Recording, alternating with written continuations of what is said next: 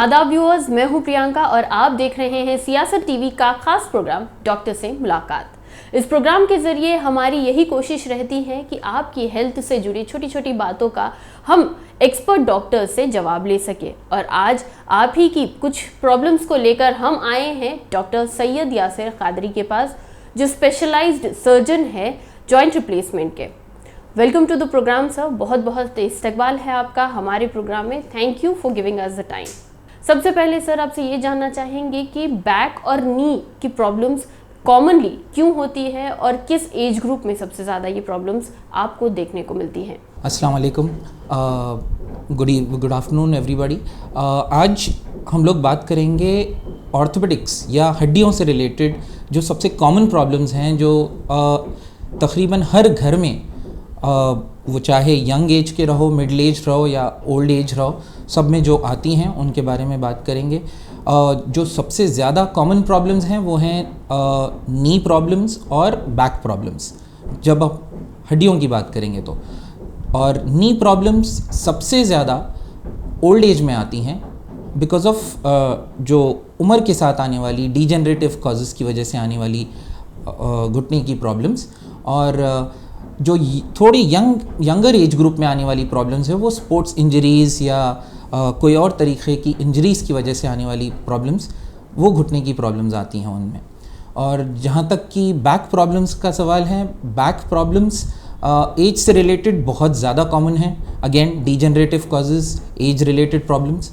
और दूसरी चीज़, जो लोग गलत पोस्चर में बैठ के काम करते हैं या बहुत हार्ड वर्क करते हैं, जिसकी वजह से जो कमर की और गर्दन की हड्डियों पे इफ़ेक्ट पड़ता है, उससे आती हैं प्रॉब्लम्स। सर आपसे ये जानना चाहेंगे कि जो लेडीज़ है, स्पेशली इंडियन लेडीज़, वो अपनी सेहत का उतना ध्यान रख नहीं पाती हैं, तो नी पेन की जो प्रॉब्लम है उनमें बहुत ज़्यादा है। क्या आप प्लीज़ बता सकते हैं कि नी पेन लेडीज़ में क्यों इतना है और उसके लिए उन्हें कैसे छोटी बातों का ध्यान रखना चाहिए।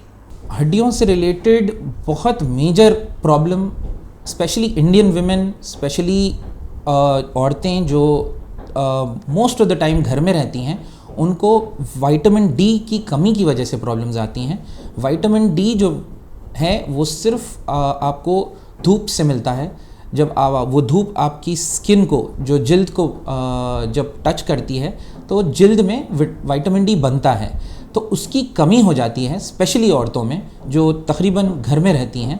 और देखा जाता है कि जेंट्स में उतना वो प्रॉब्लम नहीं होता है, लेकिन लेडीज़ में बहुत ज़्यादा प्रॉब्लम होता है विटामिन डी की डेफिशिएंसी की वजह से, कमी की वजह से, जिससे इवन जो कम उम्र की लड़कियां हैं, इवन टीनेजर्स और यंग 20s से लेके 30s, या आप ज़्यादा उम्र की एज की लोगों को ले लो आप, मेनोपॉजल एज ग्रुप, तो उनको भी ये हड्डियों की तकलीफ़ ज़्यादा होती है। उसमें मेजर कॉज विटामिन डी की डेफिशिएंसी की वजह से होता है। सर आप बता रहे थे कि एज बहुत इंपॉर्टेंट फैक्टर है, तो मैं ये जानना चाहती हूँ एज और वेट कितना इम्पॉर्टेंट रोल प्ले करते हैं आपकी हड्डियों से जुड़ी हुई प्रॉब्लम्स में। एज और वेट दोनों भी बहुत इम्पॉर्टेंट फैक्टर्स हैं जो डिफ़ाइन करते हैं हमारे बॉडी की हड्डियों के प्रॉब्लम्स को। जैसे जैसे एज बढ़ती जाती है वैसे वैसे आपकी हड्डियाँ थोड़ी कमज़ोर होती जाती हैं, इसीलिए आपको हड्डियों को सप्लीमेंट करना, वो चाहे कैल्शियम रहो या आपका विटामिन डी रहो, उससे सप्लीमेंट करना बहुत ज़रूरी हो जाता है। और हर एक इंसान की ज़रूरत के हिसाब से उसको दिया जाना चाहिए। और ये एज से रिलेटेड है। वेट आपका, ओबेसिटी, ये सब आपको जो भी कोमॉर्बिड्स हैं, दूसरी भी कोमॉर्बिड्स हैं, वो भी रिलेट करती हैं आपके हड्डियों से रिलेटेड प्रॉब्लम्स को।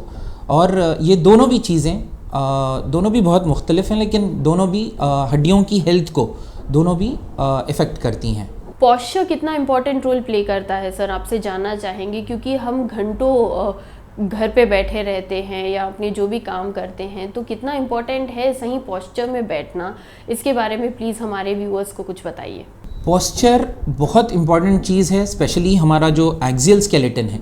एक्सियल स्केलेटन के माने आपकी जो सेंट्रल, आपकी जो बॉडी को वज़न को उठाने वाला जो सेंट्रल स्केलेटन है, उसको एक्सियल स्केलेटन जो बोलते हैं। आपकी गर्दन की पहली हड्डी से लेके आपकी टेल बोन तक, जो कॉकिक्स बोलते हैं, उसका पोस्चर बहुत ज़्यादा इम्पॉर्टेंट है। जैसा कुदरत ने बनाया है वो पोस्चर रखना बहुत ज़रूरी है। लेकिन आजकल जो हम लोग देख रहे हैं वर्क फ्रॉम होम की वजह से जो लोग ज़्यादातर घर में बैठ के एक आराम से उनको जो कंफर्टेबल लगता है वो पोस्चर में काम कर रहे हैं और प्रॉपर चेयर्स पे नहीं बैठ रहे हैं, बेड्स पर बैठ कर काम कर रहे हैं या लेट कर काम कर रहे हैं, उसकी वजह से बहुत ज़्यादा ये एक्सियल स्केलेटन की प्रॉब्लम्स आ रही हैं। चाहे वो सर्वाइकल प्रॉब्लम्स रहो या लंबार रीजन की प्रॉब्लम्स हो, स्पेशली यंगर एज ग्रुप में बहुत ज़्यादा ये प्रॉब्लम्स आ रही हैं। प्रॉपर अर्गोनॉमिक्स नहीं होने की वजह से, उसको अर्गोनॉमिक्स बोलते हैं, जो प्रॉपर पोजीशन होना चाहिए बैठने का या काम करने का, वो नहीं होने की वजह से बहुत प्रॉब्लम्स आ रही हैं। अगर आपकी गर्दन एग्जैक्ट लेवल पे नहीं है जो रहनी चाहिए जब आप लैपटॉप पे काम कर रहे हैं या बैठे हैं काम करते, तो उसमें आपकी गर्दन के प्रॉब्लम्स आते हैं, आपको अपर बैक पेन्स भी आ सकते हैं, लोअर बैक पेन्स बहुत कॉमन है अगर आपका पोस्चर सही नहीं है तो। सर अभी आप बात कर रहे थे एज की और नी में पेन की, तो आपसे ये जानना चाहेंगे कि नी रिप्लेसमेंट जो है कितना कॉमन है और कितने केसेस में नी रिप्लेसमेंट में जो है सर्जरीज़ की ज़रूरत पड़ती है, क्योंकि हमारे तरफ में हम लोगों को देखते हैं कि बहुत लोगों में बहुत अर्ली स्टेजेस में जो है नी प्रॉब्लम की आ जाती है बात की, उनके घुटनों में बहुत दर्द है। तो कितने केसेस में आपको लगता है कि रिप्लेस करने की ज़रूरत होती है ये नी जॉइंट को? नी रिप्लेसमेंट सर्जरी का जो ये क्वेश्चन है ये बहुत कॉमन क्वेश्चन है। बहुत सारे लोग आके पूछते हैं कि हमें बहुत ज़्यादा दर्द हो रहा है, क्या हमको ये करवा लेना चाहिए।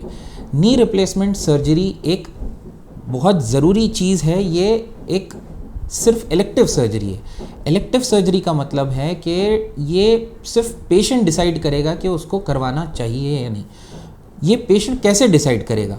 पेशेंट जब डिसाइड करेगा कि उसको सर्जरी करवा लेनी चाहिए जब उसके घुटने में इतना ज़्यादा शदीद दर्द हो कि उसके जो रोज़मर्रा के काम हैं वो चाहे आपका वॉशरूम जाना हो या आपके घर के काम, ज़रूरी काम करना हो, ये सब नहीं कर पा रहे हैं दर्द की वजह से, या आपको रात में दर्द की वजह से नींद बराबर नहीं आ रही है, आपकी नींद डिस्टर्ब हो रही है ये दर्द की वजह से, तो जब आपको पता चलेगा कि ये सर्जरी करवा लेनी चाहिए।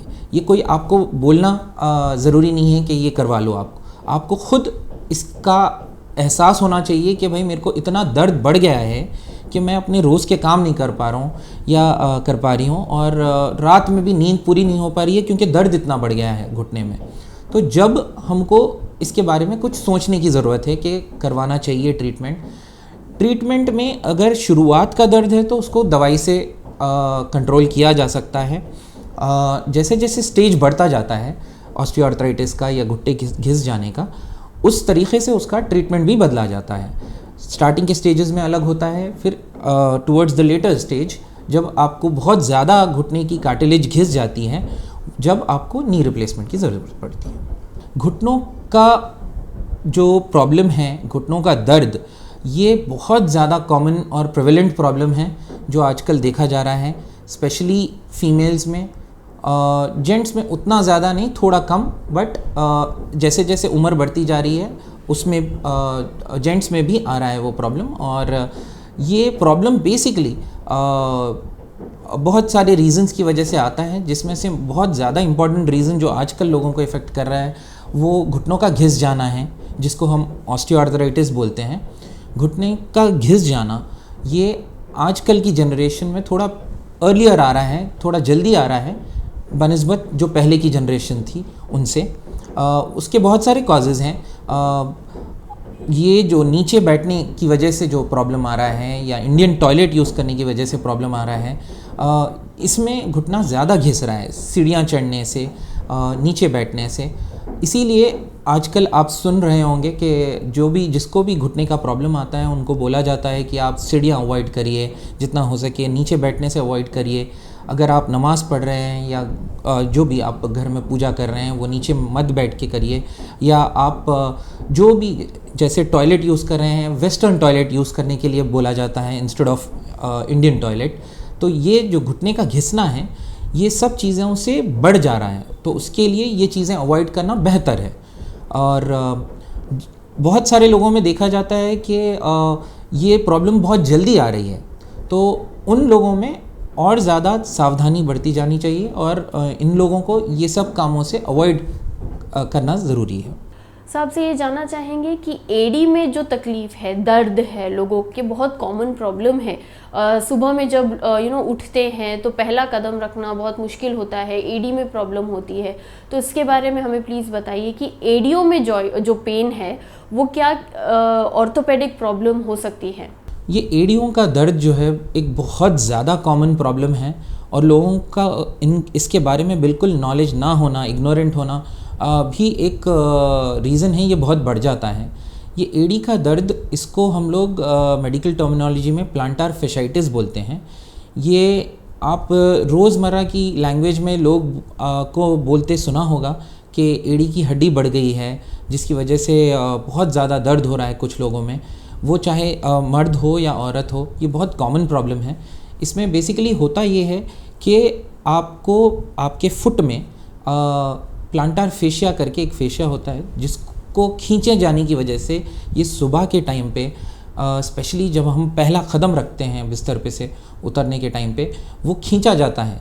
बहुत ज़्यादा खींचे जाने की वजह से उसमें माइक्रो टेयर्स होते हैं, छोटे छोटे टेयर्स होते हैं, जिसकी वजह से ये बहुत शदीद दर्द होता है और लोगों को इसका बिल्कुल गुमान नहीं होता, नॉलेज नहीं होती, जिसकी वजह से ये लोग समझ नहीं पाते कि ये है क्या प्रॉब्लम। इसमें ये एडी पे पूरा वज़न पड़ने की वजह से वहाँ पे जो फेशिया है वो खींचा जाता है, उसको प्लांटार फेशिया बोलते हैं। वो खींचे जाने की वजह से ये प्रॉब्लम आता है। सबसे ज़्यादा इसमें जो दर्द है वो सुबह उठने के एग्जैक्ट बाद वहाँ पे होता है एडी पे, और जैसा जैसा आप काम करना स्टार्ट करते हैं, दिन में आपका टाइम गुजरता है, वो धीरे धीरे कम हो जाता है।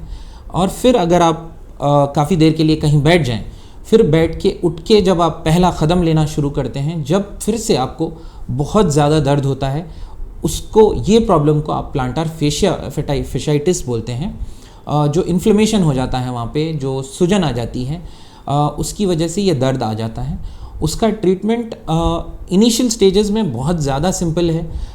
अगर आपका फुटवेयर, जो आप चप्पल पहनते हैं, जो आप फुटवेयर पहनते हैं, जूता, वो चेंज कर लें आप, उसको एक ऐसे फुटवेयर में बदल दें जो आपका बॉडी का वेट डिस्ट्रीब्यूट इक्वली कर रहा है सारे फुट पे, ना कि वो एक पॉइंट पे जहाँ पे आपको दर्द है, तो आपका ये प्रॉब्लम सॉल्व हो सकता है। लेटर स्टेजेस में लोग इसको इंजेक्शन भी देते हैं, दवाई देते हैं, और बहुत ज़्यादा जब बढ़ जाता है तो ऑपरेशन भी बोलते हैं।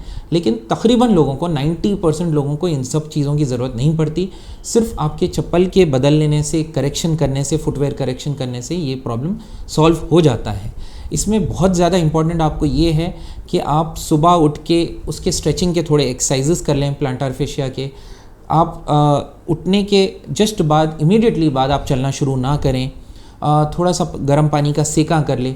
ये सब चीज़ें आपको बहुत फ़ायदेमंद हैं प्लांटार फेशाइटिस में। Thank you so much sir. आपसे और बात जानना चाहेंगे, क्योंकि कोविड ने जो है सबके लाइफस्टाइल को बहुत हद तक बदल दिया है। वर्क फ्रॉम होम हो गया है, मूवमेंट बहुत कम हो गई है, तो क्या आपको लगता है कि इस चीज़ का हमारी हेल्थ पे या हमारी हड्डियों पे भी इम्पैक्ट हुआ है?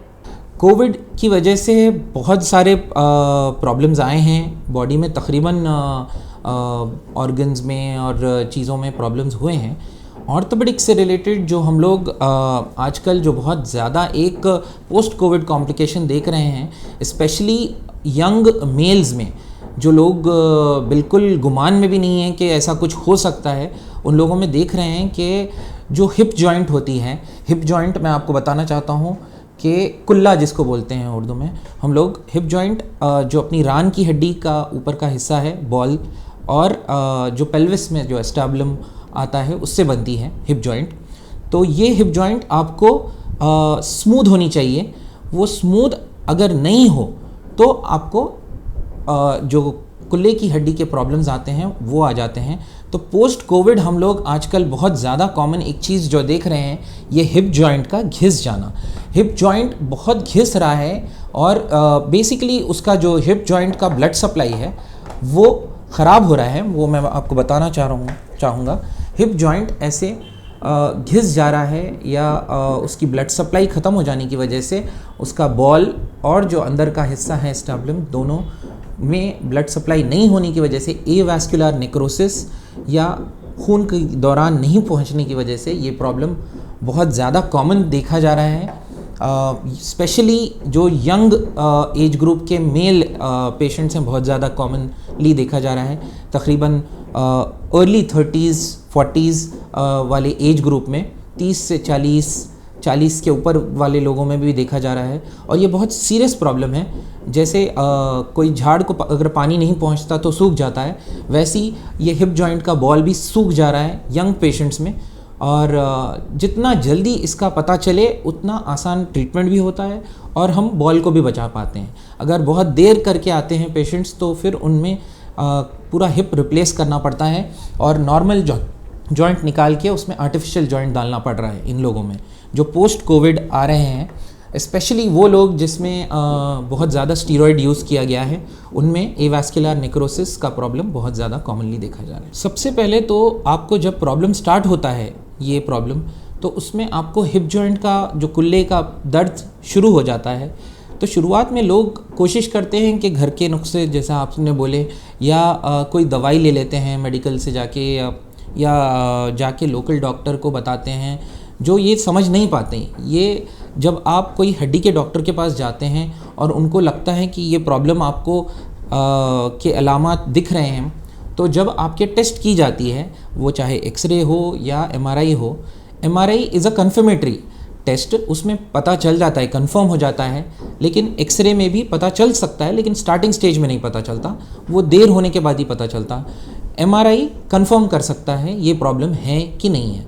लेकिन जैसे जैसे जो पेशेंट हैं उनको अगर दर्द आता है, चलने में मुश्किल आ जाती है या चलने में लंगड़ना शुरू कर देते हैं, तो जब आपको इसके बारे में बहुत ज़्यादा केयरफुल रहना चाहिए और इसके बारे में एक हड्डी के डॉक्टर को बताना एक मुनासिब चीज़ है। आप बताकर अपने डाउट को क्लियर कर लें अगर आपको ऐसे कोई भी सिम्टम्स हैं तो। ऑफ कोर्स सर, ये भी जानना चाहेंगे आपसे कि जो घर पे रहना हम लोगों ने शुरू कर दिया है, मोमेंट बहुत कम है, बाहर नहीं आ रहे हैं, एक्टिविटीज़ कम हो गई हैं, घर पे ही रहकर काम कर रहे हैं और अपनी कंफर्टेबल पोजीशन में हम लोग फॉर अ टाइम जो हमें लगता है कि हमारी पोजीशन कंफर्टेबल है, हम वैसे अपना काम कर रहे हैं, तो लॉन्ग रन में जो हमारे पोस्चर्स हैं वो कैसे अपनी बॉडी को इम्पैक्ट कर रहे हैं, इसके बारे में हम जानना चाहेंगे। वर्क फ्रॉम होम या घर पे काम करने की वजह से बहुत ज़्यादा सेडेंट्री या एक ही जगह रहने का लाइफस्टाइल एक आम चीज़ बन गई है आजकल की दुनिया में। तो इस चीज़ के लिए वो जो एक्टिव लाइफस्टाइल था, लोग निकलते थे सुबह काम के लिए, वापस आते थे, जो भी अपने घर वालों के साथ टाइम स्पेंड करते थे, बाहर जाना या अपने दोस्तों के साथ टाइम स्पेंड करना उतना ज़्यादा नहीं हो पा रहा है। तो मेरी राय में लोगों को एक रेगुलर एक शेड्यूल बनाकर काम करना ज़रूरी है कि जो टाइम आप काम के लिए लगा रहे हैं अपने आप पे भी थोड़ा सा टाइम लगाएं, थोड़ा सा टाइम निकालें, थोड़ा बाहर जाएं, बाहर जाके थोड़ा सा आपके घर के पास अगर कोई पार्क है या आपके पास लोकेलिटी में कुछ है तो थोड़ा सा ब्रिस्क वॉकिंग कर लें या थोड़ी सी एक्सरसाइज कर लें। जिसको योगा पसंद है योगा कर लें, जो भी आपकी चॉइस ऑफ इंटरेस्ट है जिसमें आप थोड़ा सा एक्सरसाइज बॉडी को कर सकते हैं वो करना बेटर है। और जितना हो सके आप एक शेड्यूल बनाकर काम के दौरान आप अपने पोस्चर को सही रखें, अपनी डाइट को सही रखें, जिसकी वजह से आपकी हेल्थ बेटर हो ताकि आपको ये सब प्रॉब्लम्स ना आए। Thank you so much sir, आपने इतना अपना इम्पॉर्टेंट वक्त हमें दिया, हमारे व्यूअर्स के लिए इतनी इम्पॉर्टेंट इन्फॉर्मेशन शेयर की। उम्मीद करते हैं व्यूअर्स कि आपको डॉक्टर साहब की बातों से ज़रूर फ़ायदा हुआ होगा। उम्मीद करेंगे कि आपके दरमियान फिर से हाजिर हो एक नए मौजू को लेकर जिसके बारे में हम आपको इन्फॉर्मेशन दे सके, एक स्पेशलाइज्ड डॉक्टर से आपकी बात करवा सके। तब तक के लिए आपकी मेज़बान प्रियंका को दे इजाज़त और देखते रहें सियासत टीवी।